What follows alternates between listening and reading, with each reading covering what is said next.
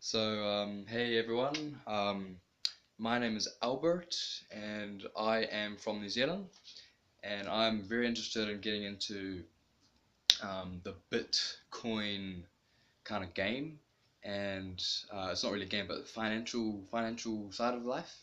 And I'm 17 and I'm really excited, and I'd like to begin this BCC Scholarship, and I'd like to answer some questions um, about Bitcoin.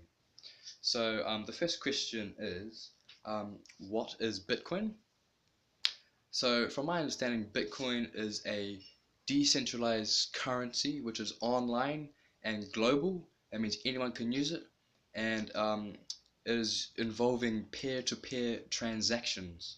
So that means if I want to pay you, then I will send my money, my Bitcoin, to you, and I don't have to like wait for some other guy, or I don't have to wait for a bank for that to happen. I can just send it straight to you, and it can be very fast. So your money can transact and go around globally very fast, and it's very good. What is a blockchain? So a blockchain is a kind of like a ledger system where your information and transactions and stuff is all stored, and it allows for public access globally all around the world, so you can see what happened, and you can maybe view some other people's transactions and maybe see how this BitConnect and other stuff is. So yes, it's very good. So what is decentralized? Decentralized, as I kind of mentioned before, is to do with peer-to-peer transactions, and it means that there is no big franchise that owns the BitConnect. It is online, and if you're on your computer, for example, if you're on BitConnect and your computer breaks or shuts down, that it will still continue. It's a global industry, and it's not run by banks or anything like that. Yeah, it's not financial banks or anything that run it. Yeah. So what is Bitcoin scarcity? So Bitcoin scarcity is the idea that when more people when more people know about something, they will like to buy it and purchase it. And if there is a limited amount of supply, like there's limited the quantity of the item or object is limited, then the price will rise because there's a greater demand, and this is very useful um, to understand. One of the key things is with Bitcoin, it is supposedly going to be around until 2140, because there is a total number of Bitcoins of 21 million.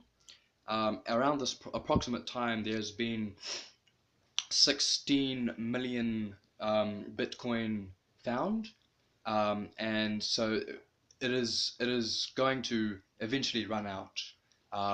But we do have a long time, 2140, to get onto this Bitcoin.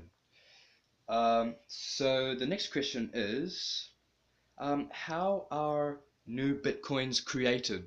So there's a thing called mining, and it involves you can either do cloud mining, which is online, which you pay your money to somebody, and they use their computer or some sort of digital software, and they solve equations that gives you bitcoins in return, and that helps more quantity of bitcoins be found.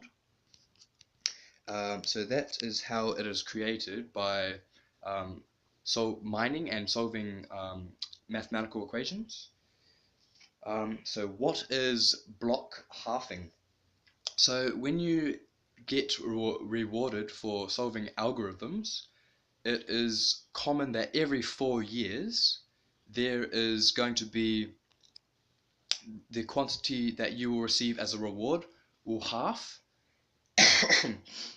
For example, if every reward, if the reward that you gain is 10 bitcoins, then the next after the blockchain half, you will receive 5 bitcoins, and this will go down to and decrease. And this is mainly why there's lots of time involved with Bitcoin, and this is why it's usually this is why it has been known that it will be around until 2140, which is not going to release the coins immediately. So it gives people lots and lots of time to learn and understand about this currency, online currency.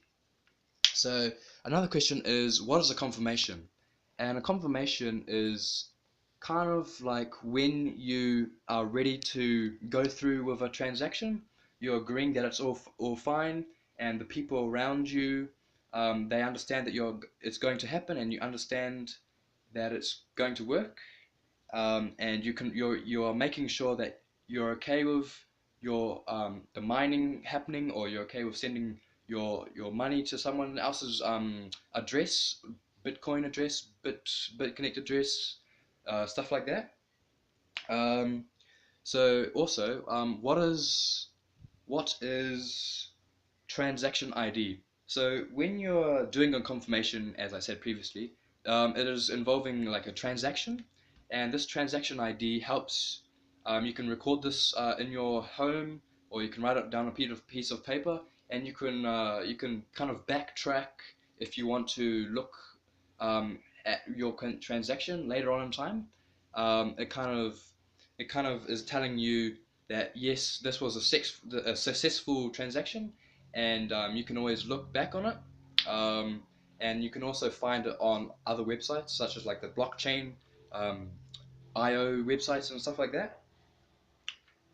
So the last question, one of the next questions is, what is a block explorer?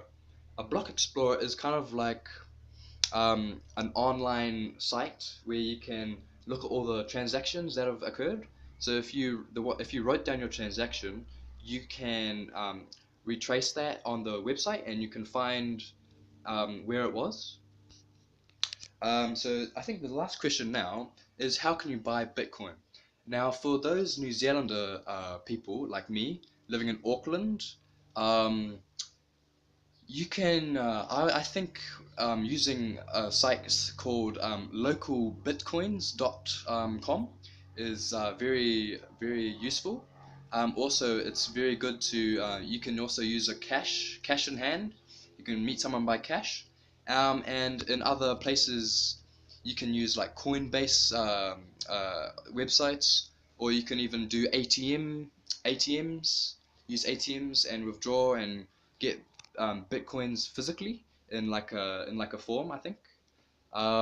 So yeah, that's my understanding of Bitcoin, and it's been very useful. And I really am looking forward to involving myself in this kind of online currency, and I'm very excited to see how my journey progresses. And it would be great for you guys to join me, or whatever you want to do. So hopefully you've learned a few things.